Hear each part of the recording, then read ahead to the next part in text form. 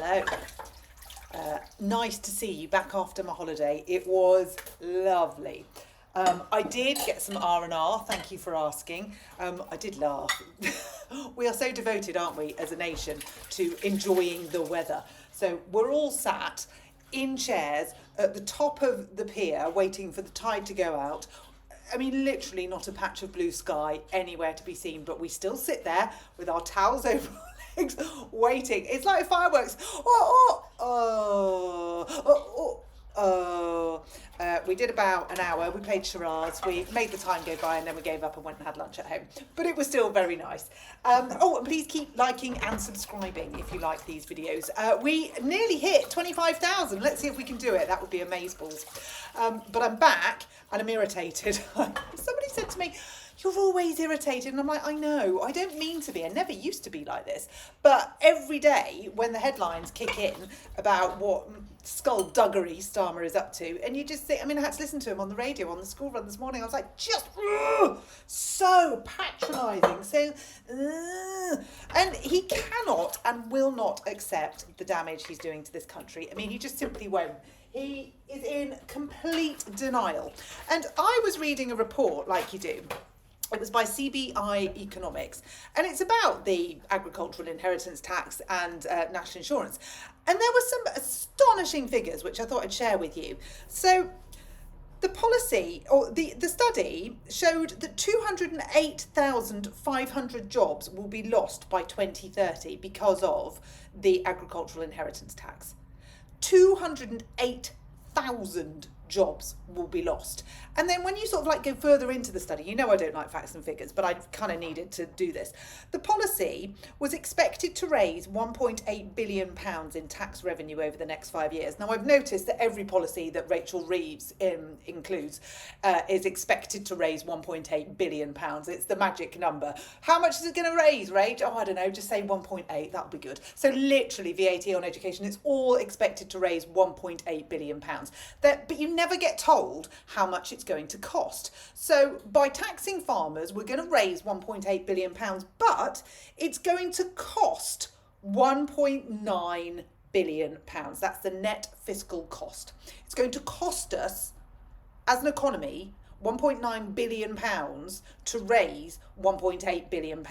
Now, yeah, you don't need GCSE maths, you don't even need nursery maths to work out that it's not raising us any money. So then I go further into this report, and it says CBI Economics found that the tax charge would result in a GVA, gross value added, loss of £14.8 billion to the economy. So that's how much it's going to cost the economy to raise £1.8 billion, which is then going to cost £1.9 billion to implement, and then it's going to cost £14.8 billion to the economy. That's loss of revenue. That's what's going to happen from the tax on farmers. We're going to lose, as an economy, £14.8 billion. And if you think, well, how are we going to lose that from the economy? Well, don't worry, because CBI Economics has worked that out.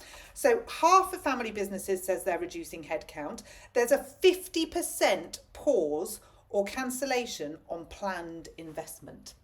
Now, in the farming sector alone, it was a 17% decline in planned investment. And I read this and I just thought, hang on a minute, we're being told that it's going to raise £1.8 billion, but one study shows it's going to cost, the net fiscal cost is £1.9 billion, and the overall cost to the economy is £14.8 billion. Now, where are those figures?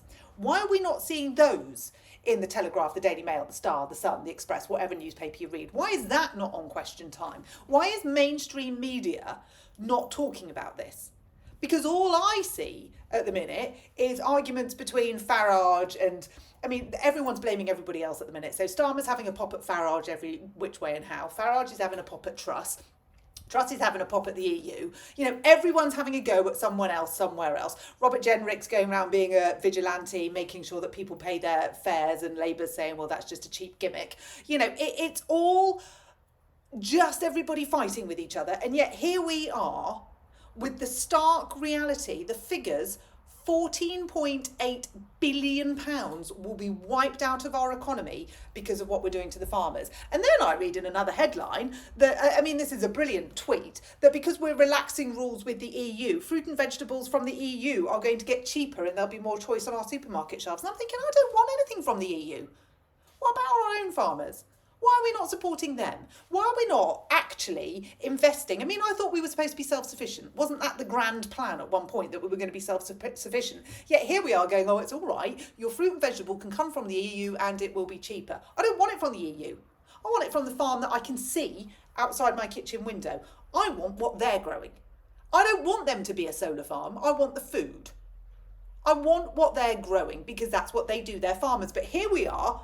We're killing them. We're wiping 14.8 billion quid off the economy and we're getting cheaper fruit and veg from the EU. Well, fantastic.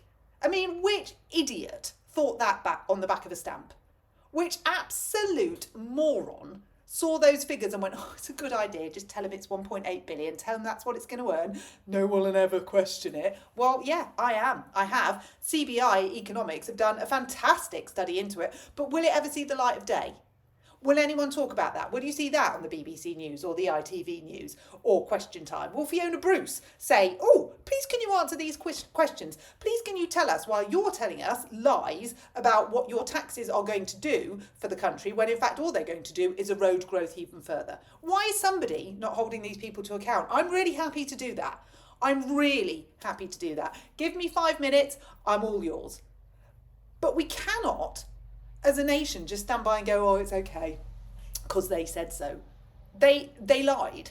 They are consistently lying over and over and over again. But don't worry, Keir Starmer. That's why I'm here at my kitchen sink, where I can expose what you and Rachel Reeves are doing with your dodgy figures. I mean, it's not just your dodgy figures, is it? But we'll stick with those for now. Let's stay on the right side of the law for a bit. So there you go. CBI Economics. Have a look. I'll see if I can post a link to the link of the study in this. If I can't, just Google CBI Economics, because we know I'm not great with tech. But look at this. First fruits of the summer from the garden. I am so thrilled. That one, oh, we call it Margot because that's where our cat Margot's buried and we get the most beautiful flowers from it every year. But yeah, there are some things to smile about, and for me, it's the roses in the garden.